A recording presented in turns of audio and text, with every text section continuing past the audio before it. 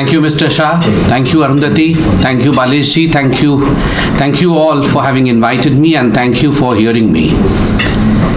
It's really difficult, I can imagine, staying so many kilometers far away from your home and yet maintaining that Indianness, maintaining what you are every single minute and every single second within your own heart. This is difficult, and yet it is one of the most wonderful experiences, I would say. And only yesterday I was saying that this is the beauty of organization.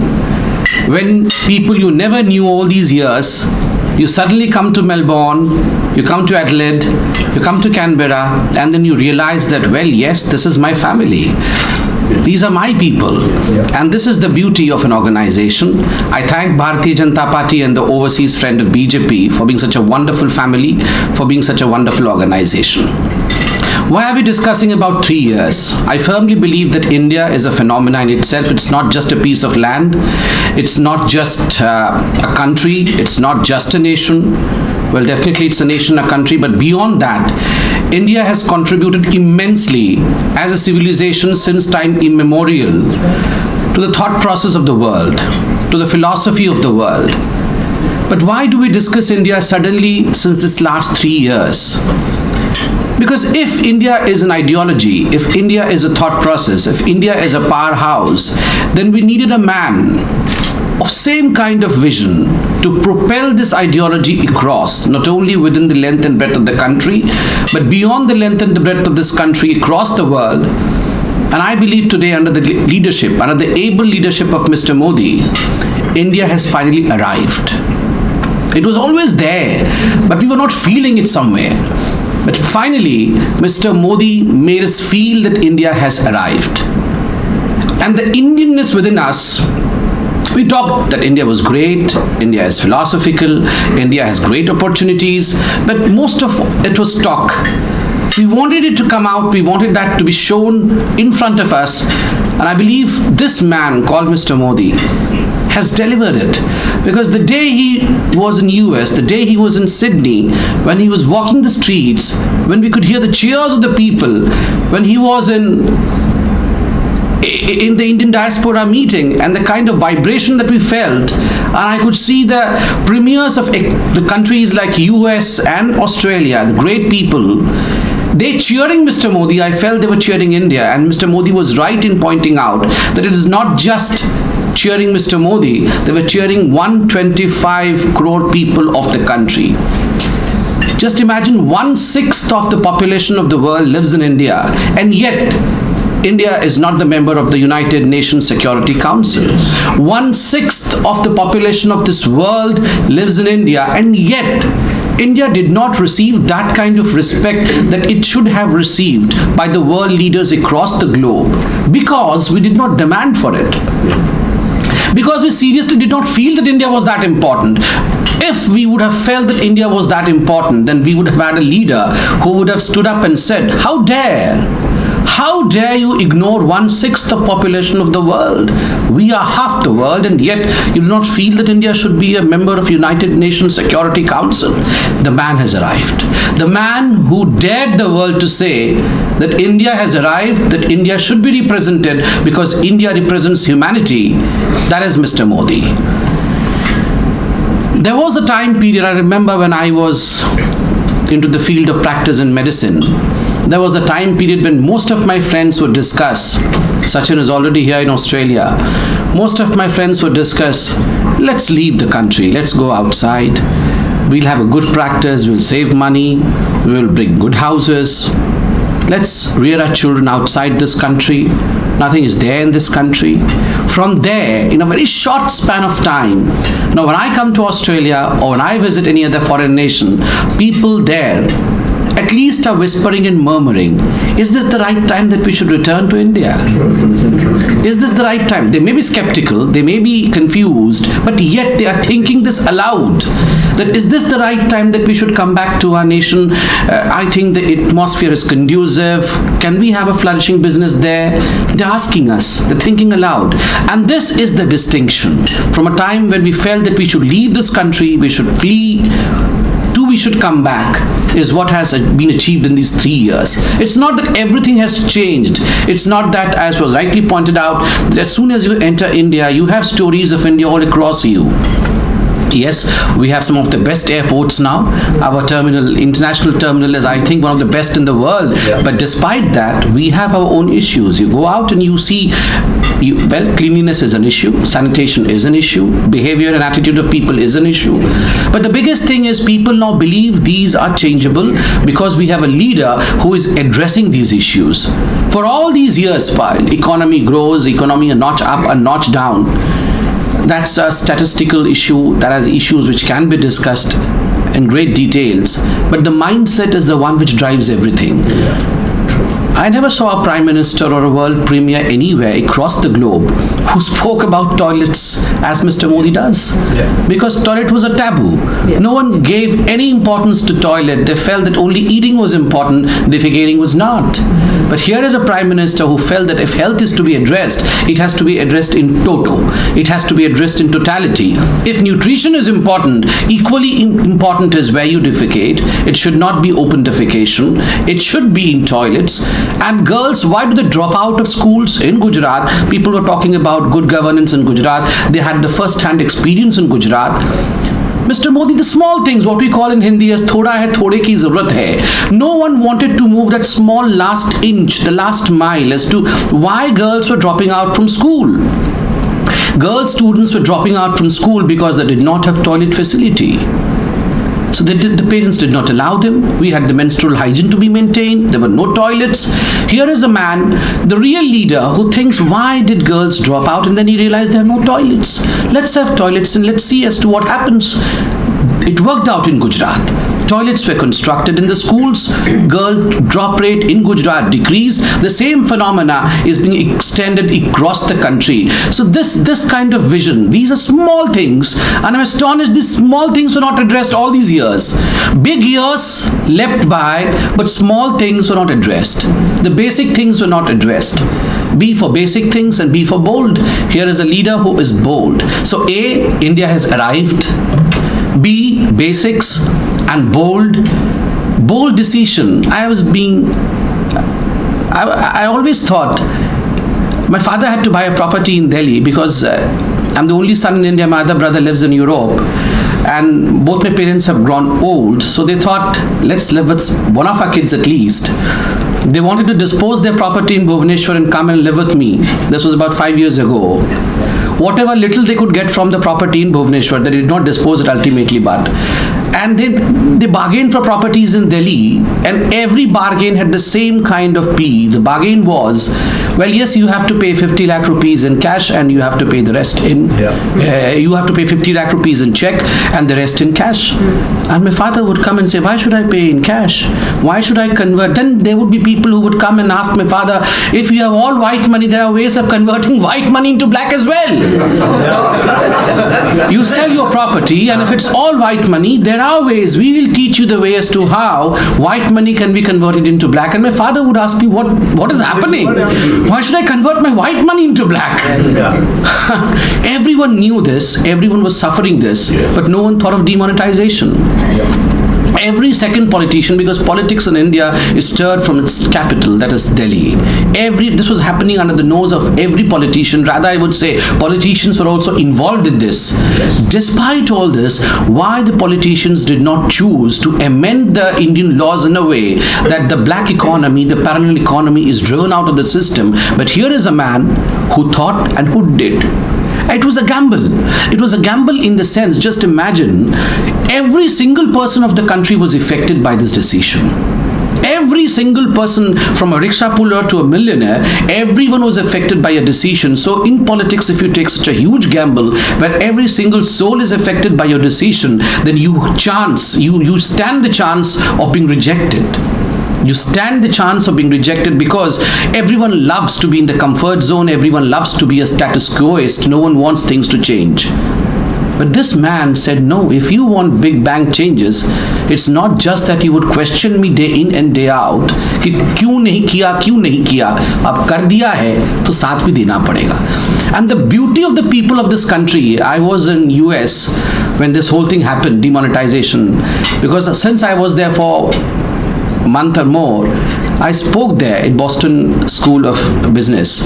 I told them, you all questioned India, that these are people who are not educated, these are people who are not aware, these are people who can take to rioting.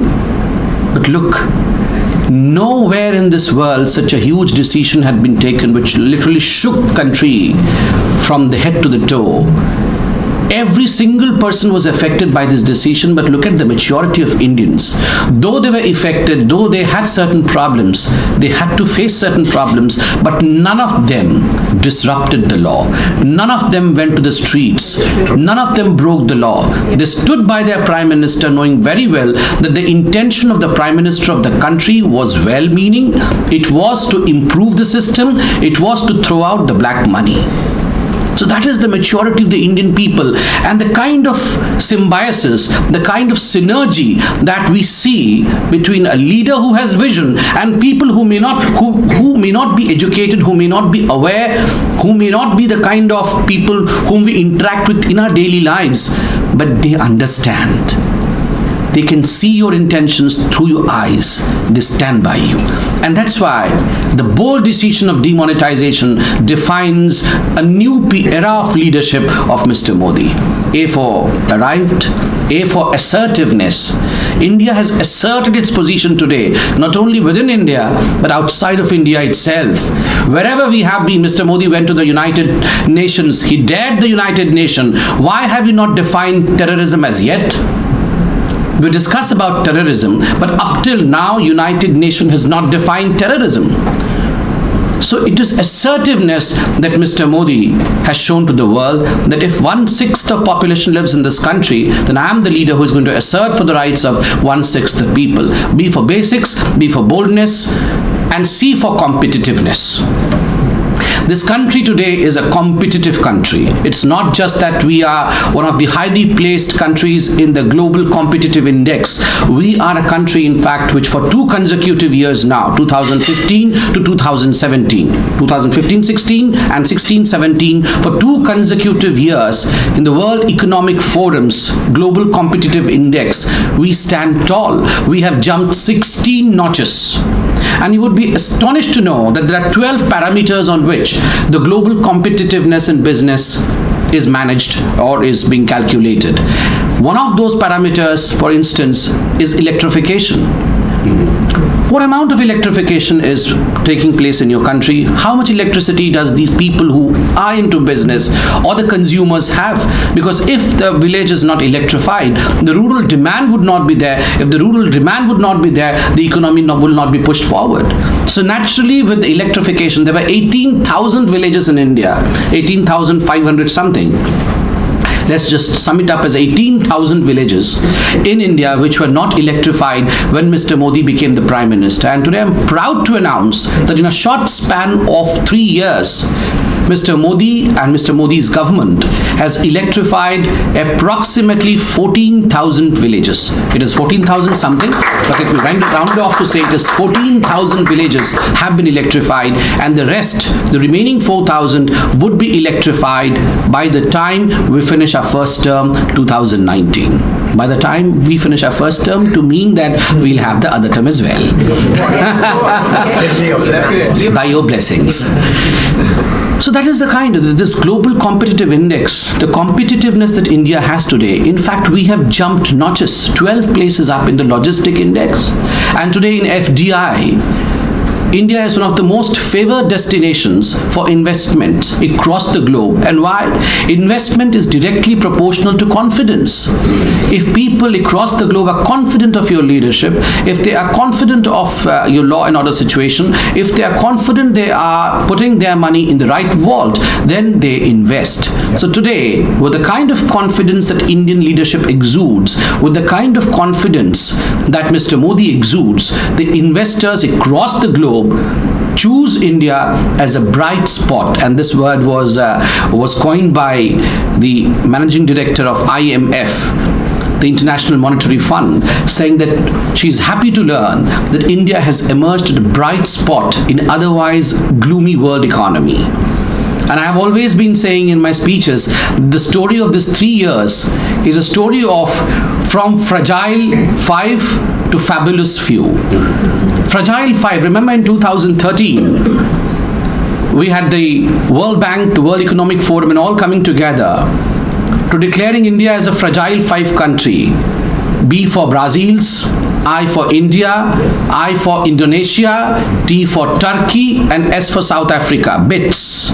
These are the 5 nations which were declared as the fragile 5. Investors would not invest in these countries because they would know that the economy there is quite fragile, because our GDP rate was that time 4.8% for 2 consecutive years, depending on the calculation then.